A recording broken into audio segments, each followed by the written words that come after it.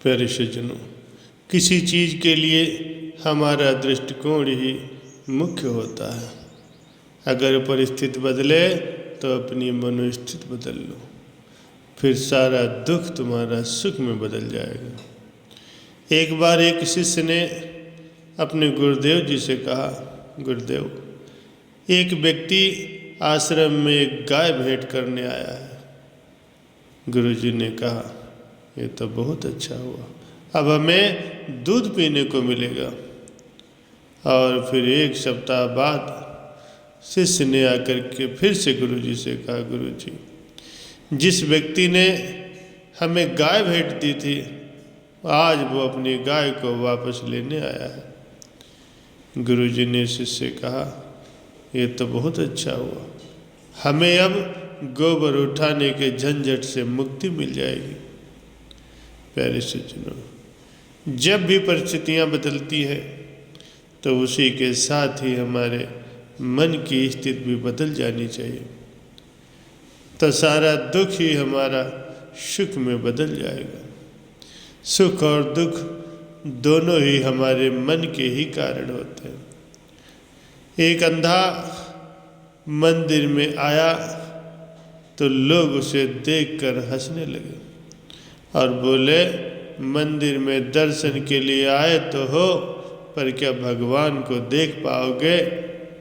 अंधे ने उन लोगों से कहा, क्या फर्क पड़ता है जो मैं अपने भगवान को नहीं देख सकता? मेरा भगवान तो मुझे देख ही लेगा। प्यारे सज्जनों, हमारी दृष्टि नहीं बल्कि हमारा दृष्टिकोण सकारात्मक होना चाहिए। अपने बुरे कर्मों से डरिए, ईश्वर से नहीं, क्योंकि ईश्वर तो सदा ही हमें माफ़ कर देता है। जैसे एक बछड़ा सैकड़ों गायों में से भी अपनी माँ को ढूंढ निकालता है, उसी प्रकार हमारे कर्म भी अपने कर्ता को आज नहीं तो कल ढूंढ ही लेंगे। इसलिए कर्म करते समय जरूर सोचो कि इसका फल एक न एक दिन मुझे ही भुगतना है, किसी और को नहीं।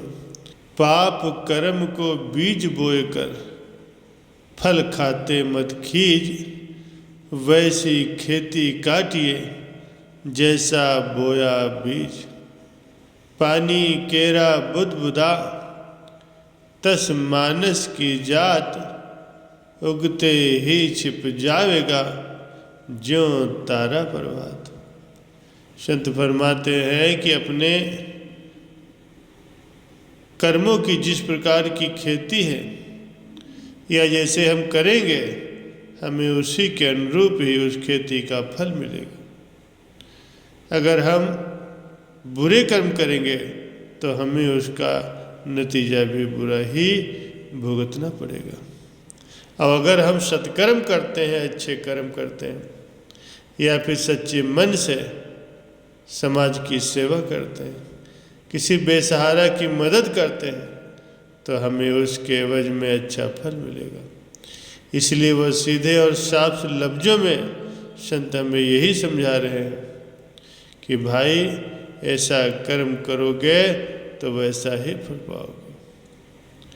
क्योंकि ये तो हमें मनुष्य का देह या चोला मिला हुआ है, ये कुछ ही क्षणों या कुछ ही समय के लिए मिला है। इसका ज़्यादा से ज़्यादा फायदा उठा लो, इसे कुल मालिक की याद और भजन बंदगी में लगाओ, नहीं तो यूं ही समय बीत जाएगा और बाद में हमें पश्चाताप करना पड़ेगा।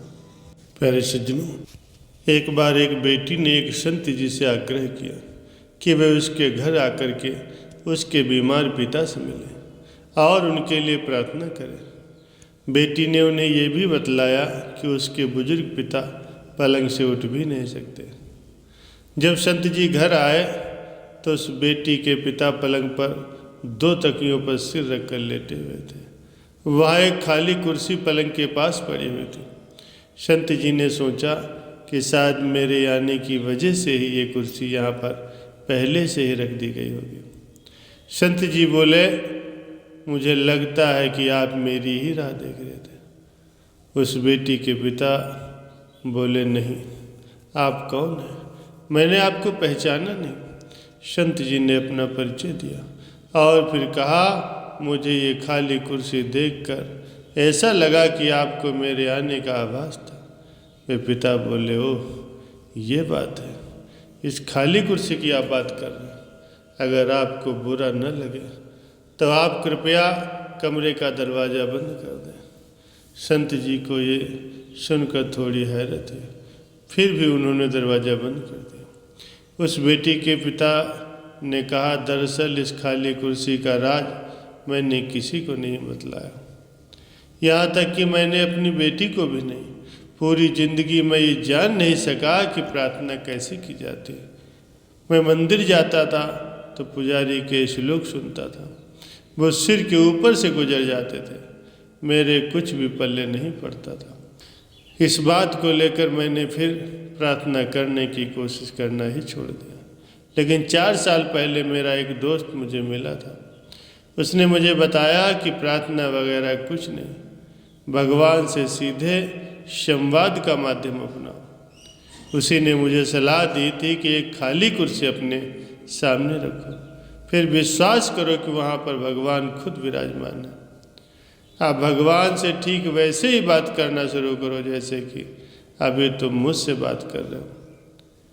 मैंने ऐसा करके देखा तो मुझे बहुत अच्छा लगा। फिर तो मैं रोज़ ऐसे ही 2-2 घंटे भगवान से बातें करने लगा। लेकिन मैं ध्यान रखता कि मेरी बेटी कभी मुझे ऐसा करते न देखे। अगर वो मुझे ऐसा करते देख लेती तो उसका नर्वस ब्रेकडाउन हो जाता, वो घबरा जाती, या फिर वो मुझे किसी साइकाइट्रिस्ट के पास ले जाती। ये सब सुनकर संत जी ने उस बुजुर्ग के लिए प्रार्थना की, उनके सिर पर हाथ रखा और उससे भगवान से बात करने के इस क्रम को जारी रखने के लिए कहा।